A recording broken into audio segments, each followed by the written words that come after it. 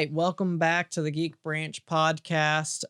We are going to start a new segment that will be hosted by your one and only Weeb King, Alex Cussler over here.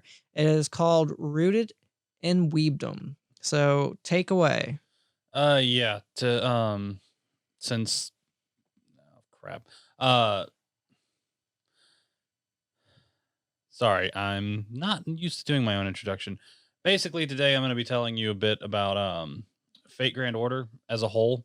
The new season has been coming out, and since they're about to go on about a 2 week hiatus, from what I understand, to keep up with because they're going to have a shorter episode length, they're doing it to keep up with the season that's about to start in about 2 weeks, I believe. They're going on a 2 week hiatus, and I figured I'd talk to everybody about a history of that and why it's really good and why you should watch it. As well as also they released Bandai Namco released new information about Tales of Cristoria, phone game that was teased almost a year ago at this point with a really good what's it called, music video that I know Dane particularly liked and is the reason he's interested in it. But they released a lot of new information today about gameplay, the gotcha itself, and stuff like that. So figured I'd talk about that. But to get started on it, Fate Grand Order, to anybody that doesn't know, started as a phone game released in Japan only back in 2015. It was basically a brand new story by Nasu himself of a story to save the world. Uh, Grand, trying to think of the best way to put it. Yeah, no. The Grand Caster King Solomon basically implanted 7 holy grails in 7 different points in time, Hmm. and our main goal as the players was to go back and go to each different time period and retrieve the holy grail, fix the singularities, as it were. Um, the current anime that's airing is Fate Grand Order Babylonia, Absolute Demonic Front Babylonia, to be specific. It is the 7th and final singularity of the story. So, what I'm going to try to do is give you a brief. I'll try to keep it So brief. have they done Oh. animes for all No. 6 previous ones? No. They have done a prequel story called prequel anime for Grand Order called Fate Grand Order First Order. It is a prequel that basically only takes place for the prologue of the game, and it is very much a prologue of the story. Gives you the basic information and uh just begins the story basically. The Yeah. other 6 singularities have not been animated yet.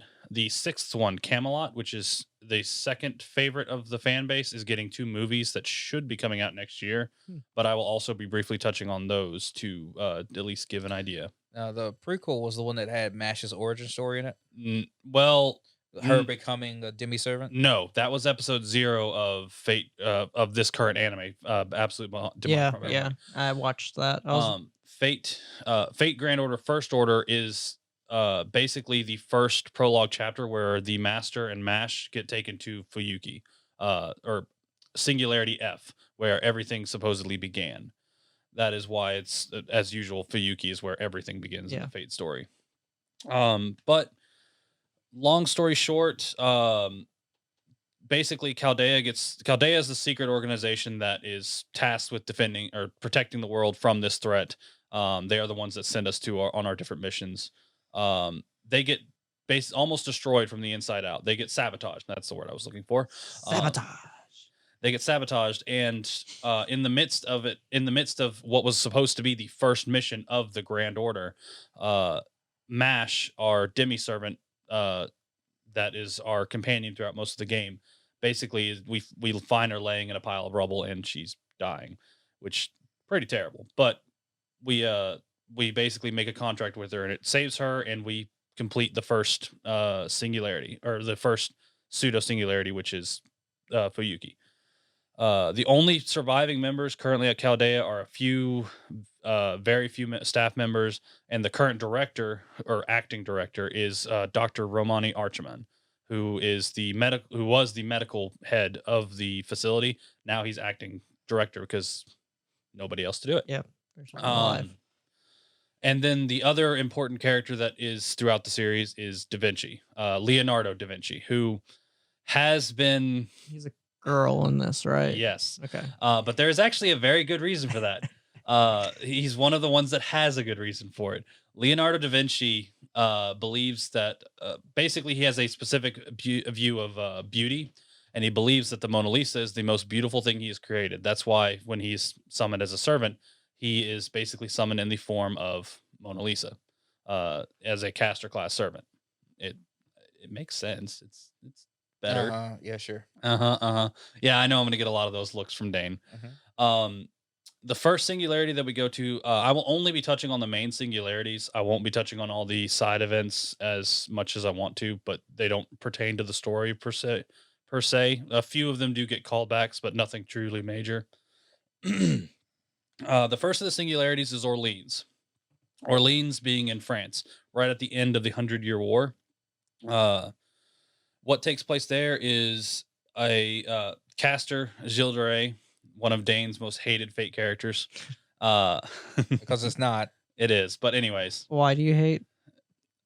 Because the character who's running around with the name Gilderay is Oh, not get, Gilderay. okay. The guy. yes, yeah, Bluebeard from Fate Zero, who I believe you just finished, right? You Yeah, finished Fate Zero, yes. yes. So he's not really Joan of Well, Arc's actually. he is, he is. Fight me in the street. Anyways, He's an interpretation of him. caster Gilles de Rais is given the Holy Grail, and with Oh it, God. with it, he uses it to summon what should be his perfect version of Jeanne d'Arc, which is a evil version of her. She's later on summoned as Avenger, but it's basically her who hates what happened to her, who wants revenge for what happened to her. So she becomes a dragon witch, summons dragons to attack. That's probably like one of your favorites because she becomes a dragon. No, not actually. She's not one of my Surprising. favorites. I have her and I do like using her, but she's not one of my favorites. Though whenever she is on screen, it is fun. But to continue, when we're summoned, the first person we run into is the summoned version of Jeanne d'Arc, ruler class servant.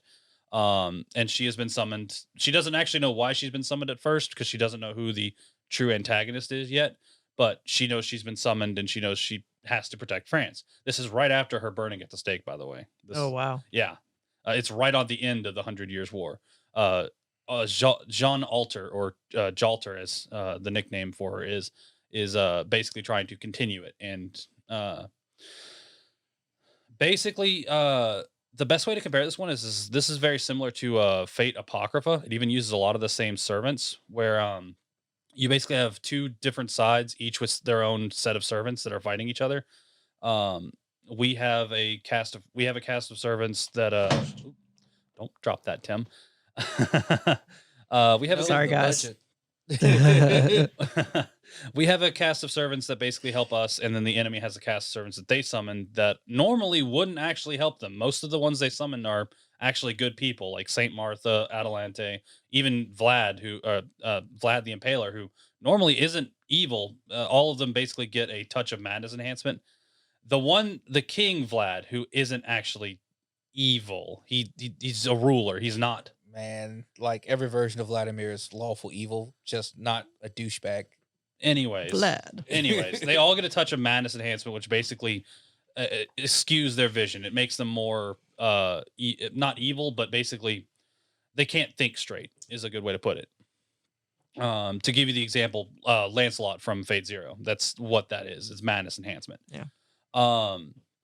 But essentially, we have we help Jean get to her evil self, and we have a all out fight against her, and we win. We find out we all think it's Jean who's the evil Jean Alter who's the evil mastermind of this plan, but it isn't. It's Gilles de Rais. You actually find out Jean herself cannot ever be corrupted. She herself is too pure of a soul to actually ever be corrupted. The Jalter that is created should never actually exist, should never actually be able to be summoned. The only reason she is because she's technically what's considered a fake servant. Okay, so because the Holy Grail made her. Yes, she has a very, very unstable existence, and that does come up later on in the game. But after securing that singularity, the next place we go to is Septum. Arguably the worst singularity, and it's only because it is a fan service singularity. Not a lot of people like it. The short version of this one is we go to Septum in Rome. We go to help Emperor Nero, who is still alive at the time. Okay. Um, the best way to put this is it is all about Nero. She is with us the entire time. She is the She- yes, it is a Yes. she. I'm not going to explain every one Look, of them. the author just- dislikes I got female moved. versions of famous male characters. Look, to make it even more confusing, she looks like Artoria, like she's a saber face. yeah. Proceed on. Anyways, it is a chapter that is all about Nero. She is the main character. She is the best. She is the greatest. She's the Rey of that story. To go on the Star Wars track. Yep. There's a little bit of story in the fact that you do find out about the demon god pillars in that one. Basically, Solomon's 72 demon god pillars are spread out also throughout the singularities and are helping to what would be destroy time. You don't find out the true plot yet, but you do find out that what's a little bit of what's going on. But I won't linger on that singularity too much. It has a couple good characters in it, but there's not a lot to really say about it. The third singularity, Okeanos, is an ocean adventure. We run into Francis Drake. So it's an Okeanos. Does that mean that Iskander is involved? Because since he wanted to always. Unfortunately, not. It's basically a set of islands that are split off from regular time. Is a good way to put it. Francis Drake is the one that we help, who has also been gender swapped. Nathan Drake would be so upset. I know, right? My poor pirate. By the way, her name is still Francis. Yeah, well, that works. Yeah, though. that there's does work. women that are called Francis. Yeah. I know her. Whatever it is, bro. But anyways, by the way, just to answer your question about Iskandar, he's actually a part of the Fate Zero event. So okay, all right. Well, as all things should be.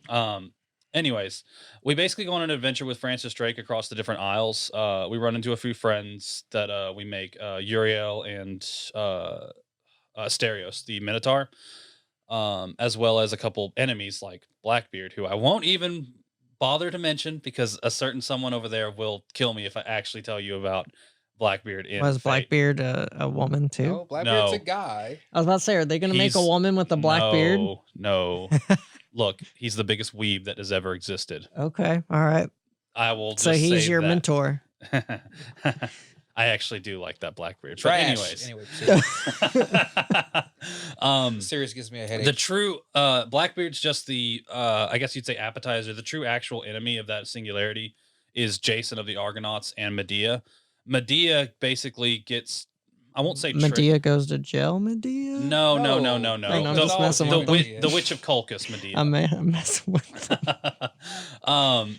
Medea doesn't get tricked, but she gets controlled by the Grail and the demon god pillar there to try to destroy that particular singularity. The Ark of the Covenant has been brought there, and it's what Jason thinks will happen, and what Medea tells him will happen is if he gets his hand on the Covenant, he will become an even greater hero and can, and will have even grander adventures. Something along that line. I'm not exactly entirely sure. I just know he got tricked into going after the Ark of the Covenant.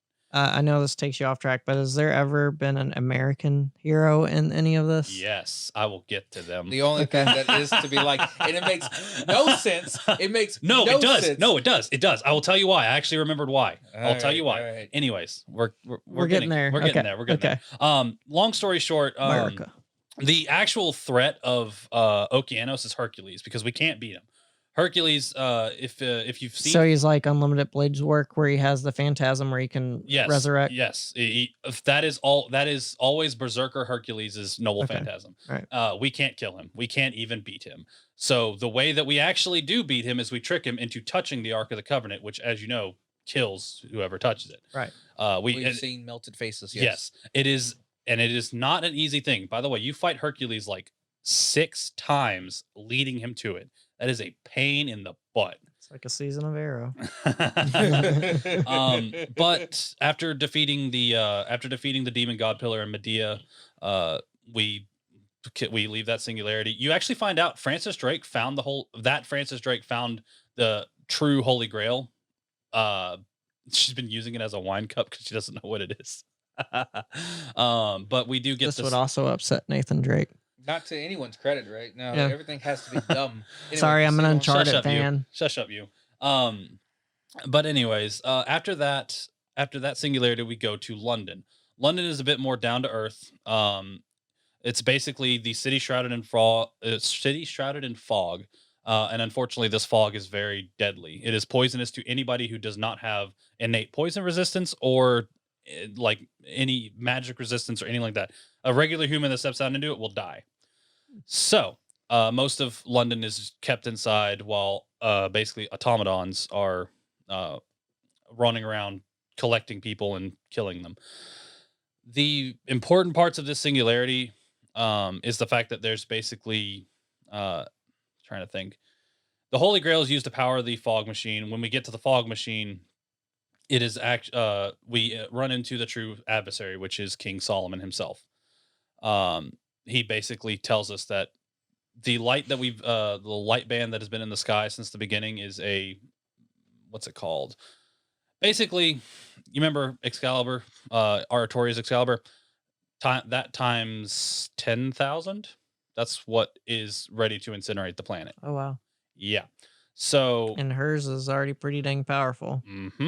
So that is I believe it's I'm trying to remember what It's Excalibur. What do you expect, man? A sword that cuts things, not a giant laser. I mean, it's Excalibur in an anime. Excalibur In a non-realistic anime. Trash. Anyway, proceed on. But basically we can't even touch him. We don't actually beat him. We can't truly beat him. And he chooses to let us live because, for one, he's the villain, and they always decide to do that. But he also basically doesn't even register us. We're ants to him. Yeah, the wisest man on earth. Mm-hmm. Check. Yep. After that, we go to America. Which is being overrun by the Celts. Basically, when we get to America, the two factions that are fighting are the American forces, which is run by the present king, Thomas Edison. Thomas Edison, who has a giant lion head. That's awesome. The reason he has a giant lion head is because it is supposed to be what's the theater studio that literally has the lion head? MGM. Yes, it is that. He is considered to be the father of that. Oh, that makes sense then. Mm-hmm. It's really strange, but okay, yeah. Thomas Edison's cool. Yeah. He is actually really cool. Of course he is. And then the leader of the Celts, which is Queen Maeve and Cuchulainn alter. So he's literally the only famous. No, there's other. Nikola Tesla. Tesla. Tesla. Yeah, Tesla. Geronimo being one of the big Indians. Billy the Kid. Billy the Kid. Okay, I was about to say, don't disrespect Billy the Kid, or if Davy Crockett was during that time period, which he's not. But no, unfortunately not. We do get Paul Bunyan at some point. Really? Yes, that's funny. Don't ask about that. You remember Cuchulainn, the Lancer from Fate Stay Night Unlimited Blade Works? Yeah. Well, imagine him as a dinosaur. That's the altered version of him. He's basically a mad king, is the best way to describe him. Okay. There's a lot of powerhouses in America, but essentially the true threat is Queen Maeve, Ku Alter, and the demon pillars that she summons. On the northern front, Elizabeth actually leads the charge against a bunch of a horde of demon pillars, and on the southern front, we fight Maeve and Cuchulainn. It's a good chapter. I'm not going into all the details because I'm trying to keep it somewhat short, but there's a lot of big names that appear in this one. And any of the famous masters from the Fate series? No. Well, not yet. The way they do that usually, to give a small brief history on this, pseudo servants are what are known as what are characters that are summoned. So, say a servant. I know Emiya is one. Yes, Emiya is summoned. Is summonable from the beginning. So take Waver for example. Waver is actually able to be summoned, but he's not summoned as as himself. He's summoned in with the power of the Chinese. It's the Chinese tactician Zhu Liang. I think I'm saying that correctly. I doubt I am. It's the famous Chinese tactician from the Three Kingdoms. Yes, Romance of the Three Kingdoms. Yeah, well, I guess that makes sense because he is a bit of a tactician himself. Yes, a lot of some servants, some spirits aren't either strong enough to be summoned by themselves or are too strong to be summoned as themselves, and they will possess a human body from different points that resonates with them. Okay. To give the example, Waver gets summoned by Zhu Liang. In Babylonia, Ishtar, who is an actual goddess, cannot truly be summoned by a Grail because she has too much power. She gets summoned into the body of Rin Tosaka. Okay. And that actually comes up in the anime. Ramani actually asks her, "What happened to the body that you're inhabiting?" And she's like, "Well, she's kind of me, but she's also kind of not. She's not dead, but she's not alive. Like we share it basically, Timey-wimey. essentially, Yeah. Doctor Who reference. essentially." Um, Wibbly wobbly nonsense. basically, after America, we go to Camelot, which is not actually Camelot. It is Jerusalem. The reason it is called Camelot is because a version of King Arthur has basically created a new Camelot in that Is this time the period. guy one? No, Never gonna get that yet. no, we do have him. We do have There's a him. male Arthur. Yeah, Proto No. Arthur. There's a male Arthur. We're never gonna get actual King Arthur. We do have him. We have King Arthur. We have literal King Arthur, Proto Arthur. The reason he's called Proto Arthur is because it's because he's from Fate Prototype, but he's actual King Arthur. I even have the prototype's tiny. No, Or is it just Proto Gil that's tiny? Proto Gil isn't tiny either. One of You're them's like thinking of You're thinking of Proto Kogil. Kogil, who's the Kogil. literally the kid Okay. version of him. Cool. The prototype is a whole nother thing.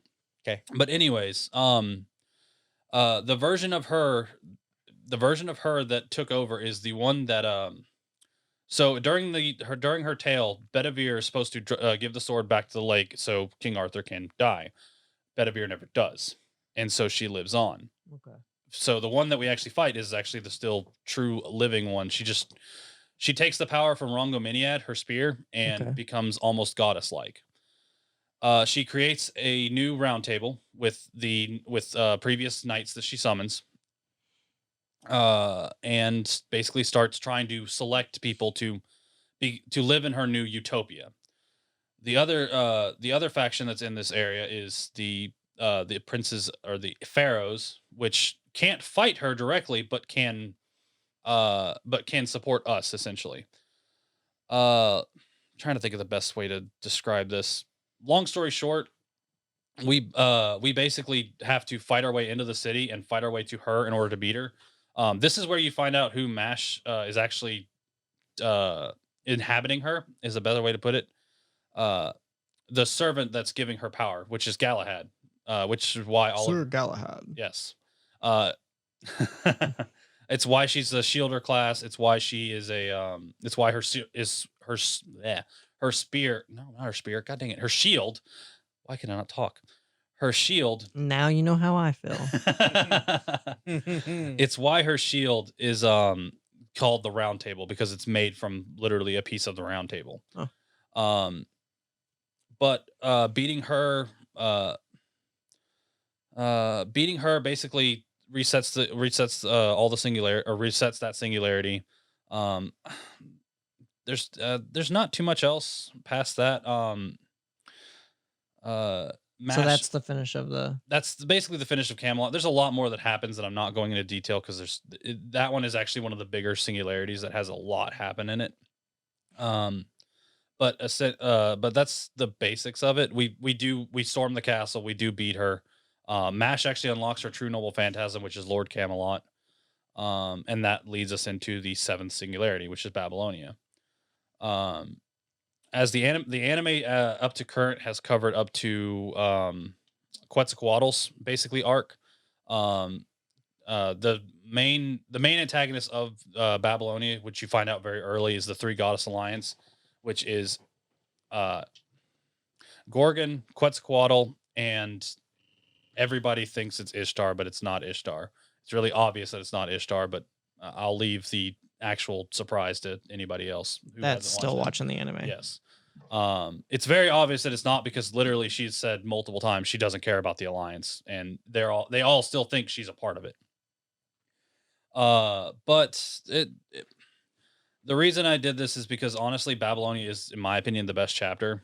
And granted, I didn't do a very good job of it, but because I skipped over a lot of details. Well, you don't want to give too many spoilers away. Yeah, I highly recommend just going and playing the phone game, even with the fact that it is one of the worst gotchas that has ever gotcha'd. Yeah. It is an extremely well written story, much to Dane's Well, Dane actually complimented it on our way here. Yeah. hold on 1 second. Now, look, my personal disdain for the series Disdain. has That's what you said. yes, my personal disdain for the series doesn't actually translate over to the series being of poor quality. This is one of those few occasions where my issue with it is subjective rather than objective, as with most of my opinions. He recognizes the quality of it. It is a very great quality production. It does have like some of the best storytelling out there. The problem is that the source that they've drawn from, I'm very personally attached to, which is history and mythology, and it kind Just of like that meme that you sent us. yes, yeah, it fits where they just decide to run ram shot, free shot, and just like change everything in the world and just Part run. of a fantasy world, you know, it's Yeah, supposed to be well, fun and imaginative. that's great. I can't tolerate it. It's like the 1,000 Nobunaga animes that come out every year that like only one out of that 1,000 ever get it correct. Well, So you watch Korean dramas that are set in period pieces that aren't accurate. I mean, most of the time, well, Koreans are half and half. The Chinese ones are actually very good history lessons. Mm. Most of the Chinese ones, you get Story of X because that's the only title they can ever give them. Yeah. The one or Legend of X. The tends one to be. thing I will give them, and one of my favorite storytelling things they did for Fate, particularly, is actually the Shimosa chapter. It came out a couple of months back. We basically it takes place in Edo, Japan, and we meet Musashi Miyamoto, who most people immediately assume has been changed into a girl. It's not the case. She is a Musashi from a different timeline, and our Musashi is still our Musashi. She's one that's been basically jumping between worlds. It's a completely different one. She even she doesn't know, she isn't even famous yet. His disdain. All I'm saying is that what I should be looking at is like a 6 foot something burly guy. That doesn't sell. You have to make them little girls. She's not little. Well, you know what I mean. You got to make them into girly anime characters, so that way all the weebs will actually buy the product. Look, keep your Japanese and The author, yourself. author cracked the code. I'm just going to tell you this now. The guy banners are the ones that sell more. Iskandar, Gilgamesh, those ones do better. I'll tell you that now. Mm. There are more people that want Gil than want a lot of the other characters. So you know what you should have done, but historically accurate from the very beginning. But anyway, Well, Gilgamesh is like history is OP douchebag, right? History, yeah, depends on which one it is, but yeah. 9 times out of 10. Yeah, but history is more than interesting enough without adding twists. Yeah, well, that's your own opinion. I'm entitled to it. Yes, That's you all are. that it is. It's look, just an look. opinion. The fan art though, Just because you're a freaking weeb. It's like I don't care about pictures of we half-naked cannot show those fan arts on the podcast. Like, I have some plenty wholesome ones. Sure. They're either like a half naked chick or it's that really cartoony version that's adorable. They're not all half naked. I'd like to save a lot of good action pieces. He's thinking they're not all half naked. Some of them are fully naked. No, I don't actually do that. I don't save those on my phone. That's the only thing that he doesn't say about his phone. But more importantly, anyways, we know we got to give you a hard time. Anyway, proceed on. Anyways, I just figured I'd talk about Fate Grand Order since anime's airing, and I'm hoping to get more people into it. As I was saying though, I do highly recommend playing the phone game for the story. Don't try to go for the gacha. You can beat the game with anything. Yes, people have proven, like, there's literally a person who playing soloed with Hercules. Well, it's not even that. There's not that guy, because that guy's amazing. Yeah, there's a person who has not done a single Saint Quartz pull in the entire game and is on current content. He is only running around with bronze servants. Yep, and Mash. It is last I checked, which was granted, this was like I want to say a year ago. He has like a good 3,000 to 4,000 Saint Quartz on that account. If he were to ever sell it, it would actually be worth something because somebody could possibly roll who they wanted for once. Mm-hmm. Or you can be like me with all phone games, which is go buy an account. Yep. Screw this gotcha crap. Also, what my roommate did. I didn't. I got what I wanted from the beginning. So pick the characters that you want. Buy. I have a Fate Grand Order account. I don't log into it. I don't play it. But it has my 3 favorite characters in it. And I could never be that invested into a mobile game. But hey, I bought that account for $40. That's like nothing compared to what they actually spent to try to pull characters. Who did you get on it? It was Jean and who else? Tamama no Mai, Joan of Arc, and Vladimir Tepes. Yep. And I'm like, 3 characters. That's the only ones I want. Leave me alone. So, do you have anything else to add to the? Not Fate Grand Order news? Not particularly. I mean, shoot, they're still expanding it. The story's still ongoing in JP. They're actually about to release Lost Belt number 5. I won't go into those because those are more story stuff that we don't need to get into right now. Yeah, of course. When you think the story's supposed to be over, there will be something else going on. The story will be never ending because it's a mobile game. No, I don't know if Nasu's actually ever planning on ending this thing, which just it's a cash cow. It makes billions of dollars. There isn't any way to end it anyway. It's literally a multiverse with time travel. It doesn't have to end. Yeah. True. Yep. But anyways, no, I think that's pretty good. I don't know. Thank you for letting me get to the root of what I like of weebs. I don't know. I think that's okay. Yeah. See, that's why I didn't try to take Tim's catchphrase. Yeah. I don't know. Thank you, everybody. I hope you enjoyed it. Thanks, guys.